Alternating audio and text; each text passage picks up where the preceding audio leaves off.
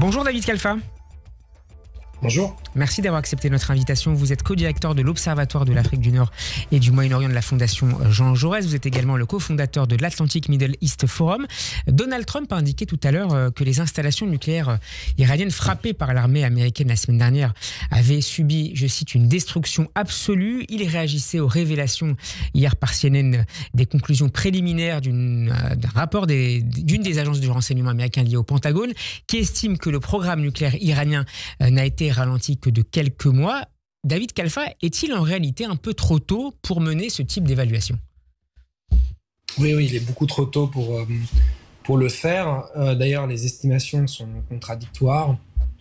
On connaît la capacité du président américain à être très content de soi-même. Lorsqu'il parle de décennies, je pense que c'est très exagéré. Il faut remettre ces déclarations triomphalistes en perspective. Les services de renseignement israéliens, en tout cas l'état-major de l'armée, a annoncé hier plusieurs années sans préciser de quoi on parle. Est-ce que c'est 2 ans? Est-ce que c'est 3 ans? Est-ce que c'est 4 ans? 5 ans? Ça vous semble plus réaliste? Ça me semble plus réaliste, mais encore une fois, dans le langage militaire, il y a ce qu'on appelle le BDA, le Battle Damage Assessment. Donc c'est l'évaluation des dommages causés par les bombardements stratégiques américains. Il y a 3 moyens qui sont d'ailleurs cumulatifs d'évaluer en fait ces dommages. C'est les caméras embarquées sur les chasseurs bombardiers furtifs américains. C'est les images, l'analyse des images et le décryptage des images satellites. Et enfin, idéalement, des troupes sur le sol, commandos, forces spéciales ou agents infiltrés, qui permettent donc de mapper en fait le niveau de destruction, donc le périmètre, mais aussi la profondeur, parce que pour Fordo, il est question évidemment d'un site qui est enterré, bunkérisé à 80-90 mètres de profondeur.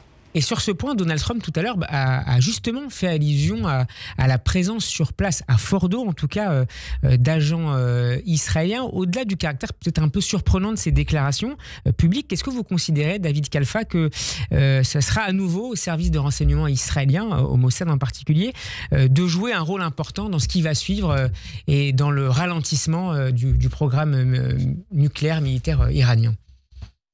Je pense qu'il faut prendre ces déclarations avec des pincettes. On sait Donald Trump peut être partisan de la post-vérité. Donc il est évident en revanche que les services de renseignement américains et israéliens en effet vont jouer un rôle majeur pour continuer à monitorer, donc à surveiller de très très près le programme et balistique et surtout évidemment nucléaire iranien. Il n'y a absolument aucun doute là-dessus. La question qui va se poser, c'est ce qui a été dealé entre Trump et Netanyahou avant-hier soir, parce que du coup, est-ce que ce cessez-le-feu, est-ce qu'il permettra néanmoins à Israël de frapper à intervalles réguliers si c'est nécessaire? Un peu comme au Sud-Liban ou à Beyrouth face au Hezbollah? C'est ça, sauf qu'au Sud-Liban, il y a eu un document qui a été signé par les 2 parties. Je ne crois pas que ce soit le cas s'agissant du cessez-le-feu qui a été imposé par Trump avant-hier soir. Donc là, on est dans une espèce de zone grise, parce qu'on ne sait pas exactement. Alors lui-même a annoncé que les États-Unis bombarderaient à nouveau l'Iran si le régime se lançait dans une nouvelle course contre la montre pour obtenir cette fameuse bombe atomique.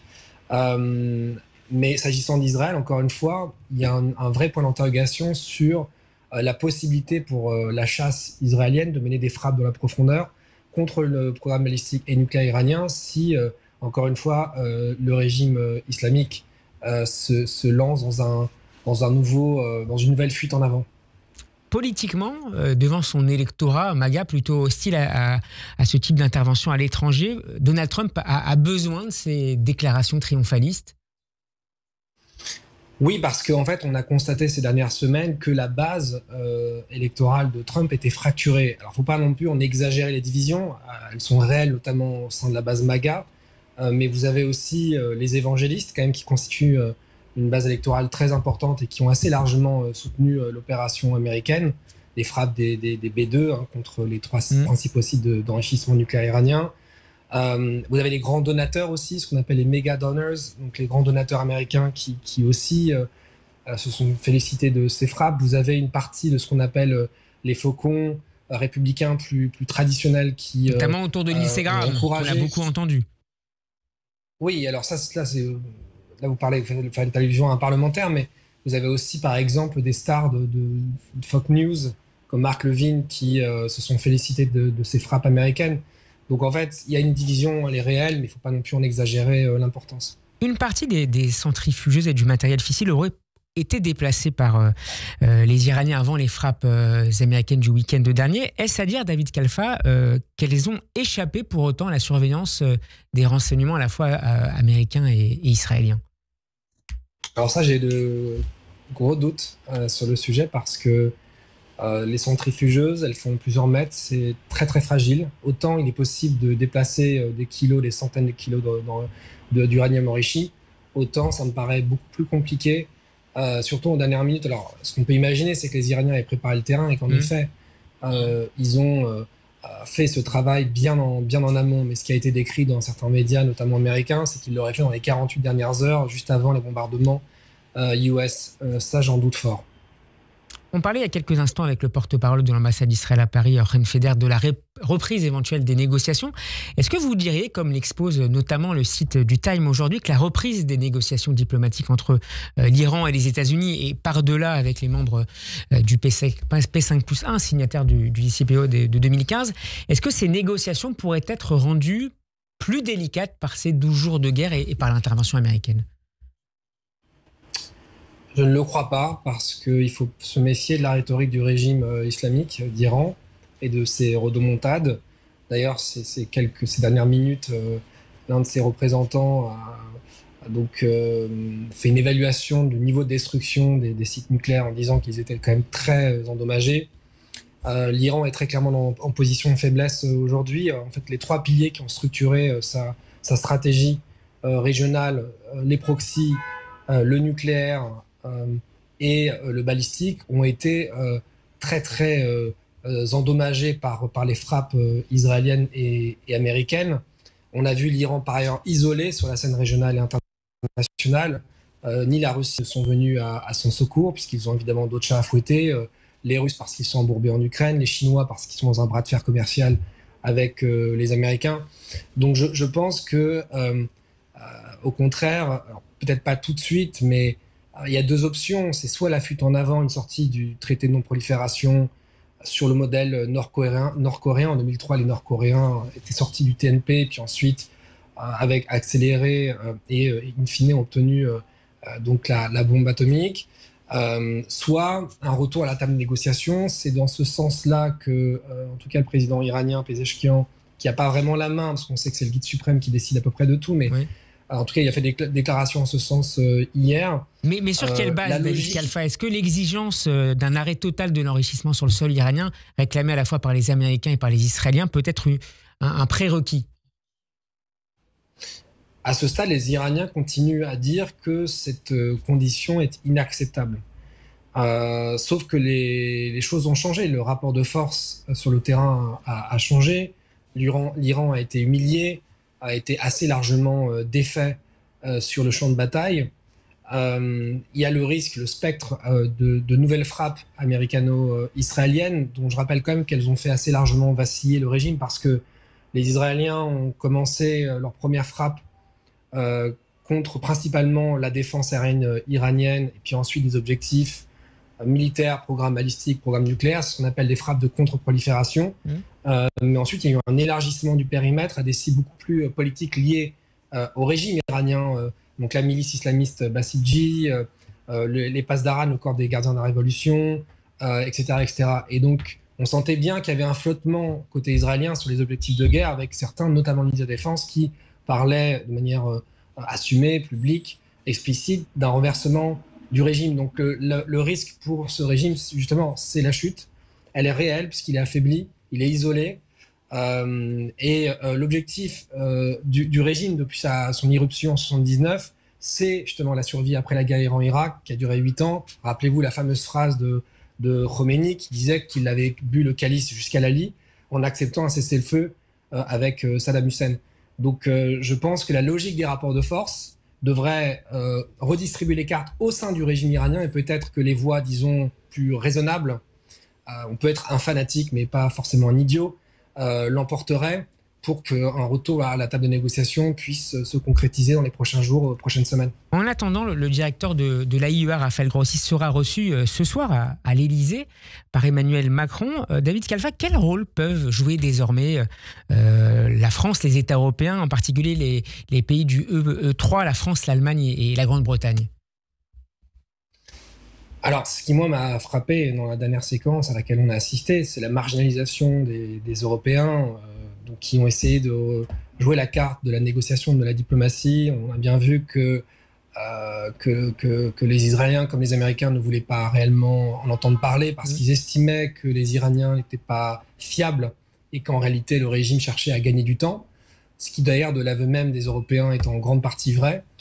Maintenant, ils pourraient jouer un rôle, mais de mon point de vue, il restera secondaire. Ils vont s'appuyer sur les succès militaires d'Israël et des États-Unis pour essayer de faire entendre raison au régime iranien afin que ce dernier accepte une mise sous tutelle de son programme nucléaire et balistique. Là où ça coince, et ça continue à coincer, c'est en effet sur la question de l'enrichissement de l'uranium sur le sol iranien. Ce que les Américains avaient proposé, c'est un consortium international qui permettrait aux Iraniens de disposer d'un nucléaire civil, mais sans enrichissement sur leur sol.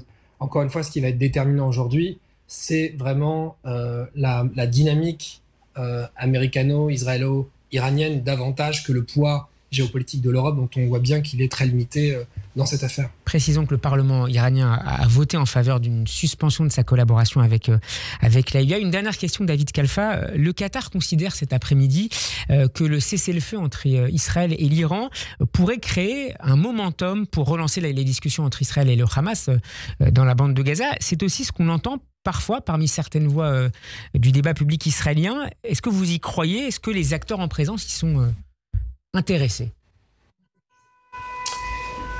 J'ai des doutes, malheureusement, parce que celui qui a pris la suite le leadership du Hamas à Gaza, Ezdin al-Haddad, est un dur parmi les durs après l'assassinat de Mohamed Sinwar, donc le frère de Yahya Sinwar. Donc le clan Sinwar est out, mais il reste encore des commandants qui ont participé à la création même du Hamas. Sur la ligne et qui refuse le principe d'un cessez-le-feu temporaire qui a été proposé par Israël, puisque Netanyahou, en raison de sa dépendance de son aile droite, alors moins aujourd'hui qu'hier, grâce au succès de son armée en Iran, mais malgré tout, il est quand même dépendant à la fois des orthodoxes, mais surtout de Ben Gvir, ne peut pas se permettre d'accepter un cessez-le-feu permanent.